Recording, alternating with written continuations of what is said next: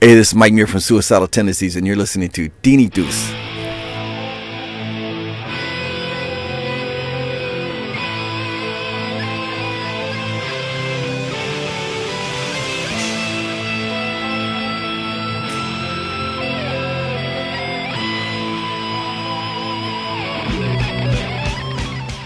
We're here with none other than the legendary Mike Muir. Thank you for having us. Thank you. I'm not sure if you're directly involved with Suicidal Records. Do you own it or do you work with it? Because I was wondering if we can hope one day for a reissue of the Holy Grail, the Welcome to Venice compilation. Never will happen. No. A lot of people that 3 times now, different people approached me about it, and I said, you know what, it's opening a can of worms, and talked to various people, and it just became an absolute nightmare. There's a lot of people that I think have confusion about what's going on in the world and where they fit, and so the last time I told someone else, hey, you get everybody to agree on a simple term that everybody gets paid the same, and you can put it out, and that couldn't be agreed upon. So it's a waste of time as far as I'm concerned. Yeah. Something completely different that I was wondering about. A couple of years ago, I saw the Monster House episode where they redid your home. I was wondering if you actually kept some of the things they did. Well, that's the thing about TV. TV the camera interprets it differently a lot of times than the reality. Some of the stuff they did was literally this rusted out metal thing that looked like something you'd find in Cambodia, war torn, where torture instruments and stuff. And it's interesting because at the time I didn't have any kids, but one of after they have the little party where all the people at work there, their wives were all there and stuff, and the first thing someone said, the lady walked in, and one of the guys that worked on, she goes, I sure hope he doesn't have any kids, because this is dangerous. So the majority of the stuff really had to take out. It was just like, very unsafe and stuff. But it was an interesting experience, and I had fun. I don't live there anymore at the house either, too. It moved. Think something funny?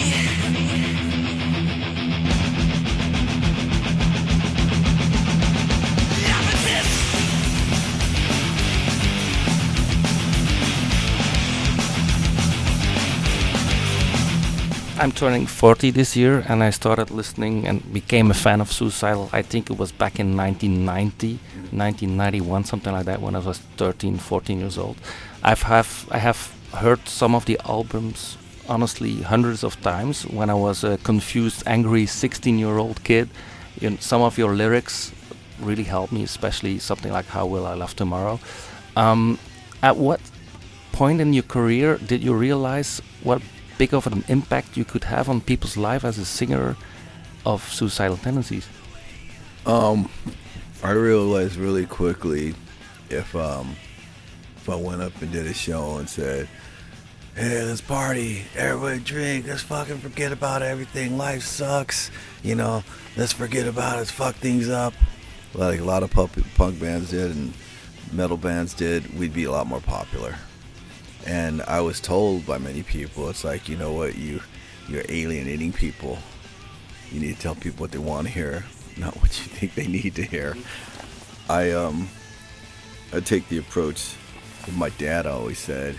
So I'm telling you that I know you don't want to hear it, but it's what I believe you need to hear. And if I'm wrong, one day you'll come back when you're bigger than me and say, what's all that crap and stuff. And it's a lot easier to tell people what they want to hear.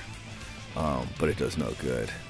And I know there's a lot of people that, when we were with Q Prime, one of the biggest managements, there was an article, and it was in the 90s, and they said, Mike Muir is the reason why Suicidal should be a huge band. And he goes, Mike Muir is the reason why Suicidal will never, ever be a big band. And they showed it to me, and they said, what does that make you think? And I said, it makes me think I'm doing something right. And telling people what want to hear is never going to do anything, you know.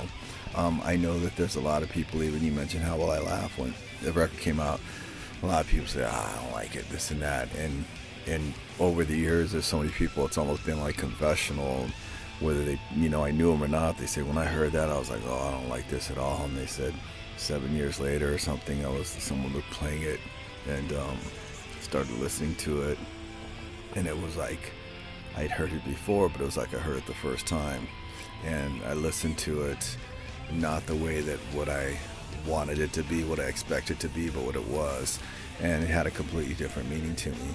And so I look at things that it's easy to make people happy. You give a kid candy, he's happy. You have pizza, candy, yay! Have ice cream, but it doesn't make their life better. You know what I mean? And so I'm not saying there's anything wrong with that, but there's a point where I think that you need to be honest, and whether that doesn't necessarily make you right or wrong, but I think it sets a tone for people to be able to have discussions and discourse, and to be comfortable with telling the truth and being honest and saying things that maybe are difficult to say and other people don't want to hear or need to hear. Well, I always had the idea that you stood up for what what you were thinking or feeling. You did not. Okay. I have a last question because I don't want to pick too much of your time. I was wondering if you could organize your own festival with your 3 or 5 bands or artists, dead or alive. Who would you pick? Oh wow, well, I would have to obviously have to start with the dead.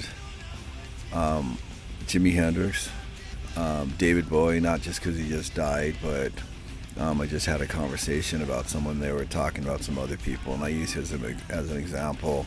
I think there's theatrics, and then I think there's people that transcend, and to me, like Ziggy Stardust, that wasn't like a contrived thing. He was Ziggy Stardust, you know. I think it was just whatever thing he did, he was out there a little bit. I'm actually on the live side and kind of going with David Bowie. Iggy Pop, I think Iggy Pop, I've seen some footage from him when he first started out, and I think that he is genuinely it's hard to put it. My dad always said, don't be scared of people that try to act crazy. Be scared of the people that don't know they're crazy, that don't think they're crazy. But I think that he was genuinely, you see his interviews, and it was kind of touching in a sense. I think he was very confused, and it was not for the reaction. It was just, he was just a normal, confused person at a different time that had a release, and music was a release. And I think that's the most perfect reason for music, where a lot of people hire music to kill time or it's a background thing. It was his release, and there's a tremendous believability into it. And then for him to be his age and still be doing what he's doing, I totally respect. They have to have Parliament in there, just because I love how they kind of, just do their thing and just go out there and jam, and the whole Mothership Connection and all that crazy stuff. And that makes me a 4 if my arithmetic is correct. Yeah. And You can leave I would 4 if it is. I would have to be cliche and say the Sex Pistols. I know Steve Jones.